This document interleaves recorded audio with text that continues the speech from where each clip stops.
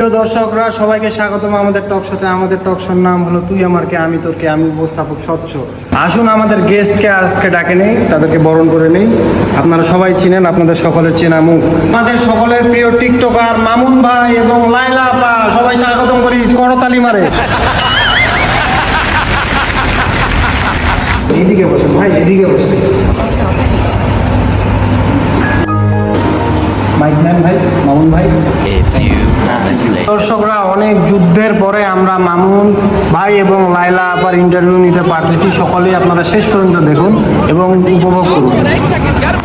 তো শুরু থেকে শুরু করতেছি আমরা। তো লাইলা আপা, মামুনের সাথে আপনার পরিচয় কিভাবে? যখন টোকাই ছিল আর ও রাস্তায় রাস্তায় চুল কালার করে ঘুরতো, তখন থেকেই ওর সাথে আমার পরিচয়। ও আচ্ছা আচ্ছা আচ্ছা। মামুন ভাই, এটা কি সত্যি আপনি টোকাই ছিলেন এবং আপনার চুল কি কালার করা ছিল? সত্যি কথা বলতে ভাই, আমি আমার চুল ঠিকই কালার করা ছিল, কিন্তু আমি টোকাই ছিলাম না। আমি বকুল পুরাইতাম আর বিক্রি করতাম। আচ্ছা, এটা তো শুনলাম, কিন্তু মানে আপনাদের কথাবার্তাগুলো স্টার্ট হইলো কিভাবে? মানে আপনার সাথে ওর পরিচয় শুনলাম কিভাবে হয়েছে, কিন্তু কথা কিভাবে শুরু করলেন বলো? আমি আমার পার্সোনাল কারে বসেছিলাম, তখন পানি খেয়ে আমি বোতলটি ফেলে দিয়েছিলাম রাস্তায়। তো দেখি যে হঠাৎ করে মামুন এসে বোতলটি কুড়িয়ে নিয়ে গেল। তখন আমার কেমন মায়া ফিল হচ্ছিল, তখন আমি ওর সাথে কথা বলি। তখন মামুন ভাই, লাইলা আপা যেগুলো বললো, এটা কি সত্যি? আদৌ সত্যি এটা? হ্যাঁ ভাই, সত্যি ঠিক এমনটাই হয়েছিল আমাদের সাথে। আচ্ছা আচ্ছা আচ্ছা। লাইলা আপা, টিকটকার মামুন আর আপনার মাঝে ভালোবাসার জায়গাটা কিভাবে সৃষ্টি হলো? মানে আপনি কিভাবে বুঝতে পারলেন যে আপনি তাকে ভালোবেসে ফেলেছেন? আসলে ও সারাদিন টোকাই গিরি করতো, তো এইগুলো আমার ভালো লাগতো না। তো হঠাৎ করে একদিন আমি ওকে আমার বাসায় নিয়ে গেলাম। বাসায় নিয়ে গিয়ে তাকে গোসল করিয়ে তাকে পোশাক আশাক কিনে দিয়ে, এমনকি ওকে এমন এমন খাবার খাইয়েছিলাম যেগুলো চোখে দেখিনি দিব। মামুন ভাই, আপনি যখন লাইলা আপার বাসায় আসলেন, আপনি আগে বোতল কুড়াইতেন, রাস্তায় পড়ে থাকতেন চুল কালা করে। সেই জায়গা থেকে আপনি যখন একটা ডুপ্লেক্স বাসায় আসলেন, লাইলা আপার বাসায়, আপনি ভালো খাওয়া দাওয়া পাইলেন, ভালো পোশাক আশাক করতে পারলেন, তো তখন আপনার ফিলিংসটা কেমন ছিল? ভাই শুরুটা খুব ভালোই কাটছিল।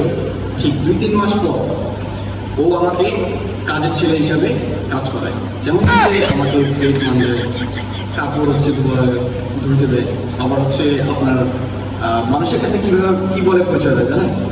সে আমাকে বলে যে আমি নাকি তার কাজের ছেলে।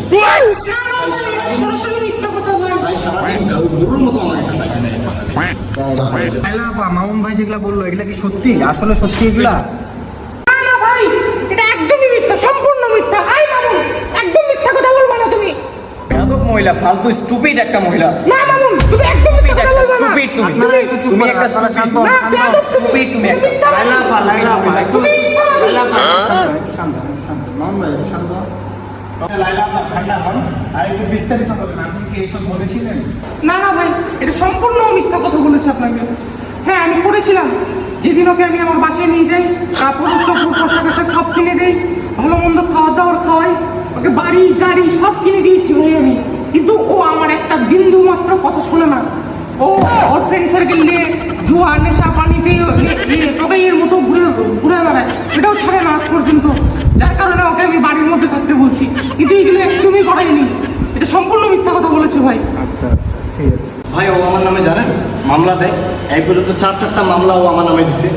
স্টুপিড মহিলা, আমি এখনো খুঁজে পাইনি, এর ব্যাখ্যাও পাইনি আমি যে মামলাটা কি জন্য আমাকে দিছে, কি জন্য দিল। বেয়াদব একটা ফালতু স্টুপিড মহিলা এটা একটা। আচ্ছা আপা, আপনি এত মামলা দেন কেন? আপনারা তো একসাথে থাকেন, এত মামলা দেওয়ার কারণটা কি? ও সারাদিন টোকাইগিরি করে বেড়ায়, বাড়িতে কোনো কাজ কাম করে না। তো ওকে মামলা দিব না তো কি করবো? ও সারাদিন জুয়ার মধ্যে আসক্ত থাকে, নেশা পানিতে আসক্ত থাকে, আমাকে মারধর করে, যার কারণে ওরা আমি মামলা দিই। লাইলা আপা, এটা কি সত্যি মামুন আপনাকে মারে, আপনার উপর অত্যাচার করে? এটা কি সত্যি? একটু বিস্তারিত বলেন তো। ভাই, আপনি তো বিশ্বাস করতেছেন না আমার যে ওগুলো করে? তাহলে দেখেন ভাই, আমার পেটের দিকে দেখেন, কতগুলো আঘাত ভাই, পেটে কামড় দেয়, মারে ভাই, আরো কত কত জায়গায় যে কামড় দেয়, এটা আমি বলে বোঝাতে পারবো না ভাই। আচ্ছা মামুন ভাই, লাইলা আপা যে আপনার বিরুদ্ধে এগুলো বিচার দিচ্ছে, এগুলো কি সত্যি? আরে ভাই, আপনারও তো কমন সেন্স থাকার দরকার ভাই। ওর বয়সটা দেখছেন আপনি? ওর 50 বছর আগে একটা বুড়ি স্টুপিড মহিলা। ও কি বলবে না সেন্সে নাই ভাই। হ্যাঁ ঠিক আছে, ও কি বলবো, ওকে কে কামড়া না কামড়া ও নিজে ভালো মতো জানবে। উল্টাপাল্টা কথা আবার তুমি একটা কথা বলো। তো এদের ঝগড়া কখনো থামবে না, এদের ঝগড়া থামার মতো না। আপনাদের মধ্যে যদি কেউ এদের সমাধান দিতে পারেন তাহলে অবশ্যই যোগাযোগ করবেন ভাই আমাদের সাথে। এদের ঝামেলাটা থামতেছেই না, থামানোটা খুবই জরুরি, আপনারা কেউ পারলে আসেন।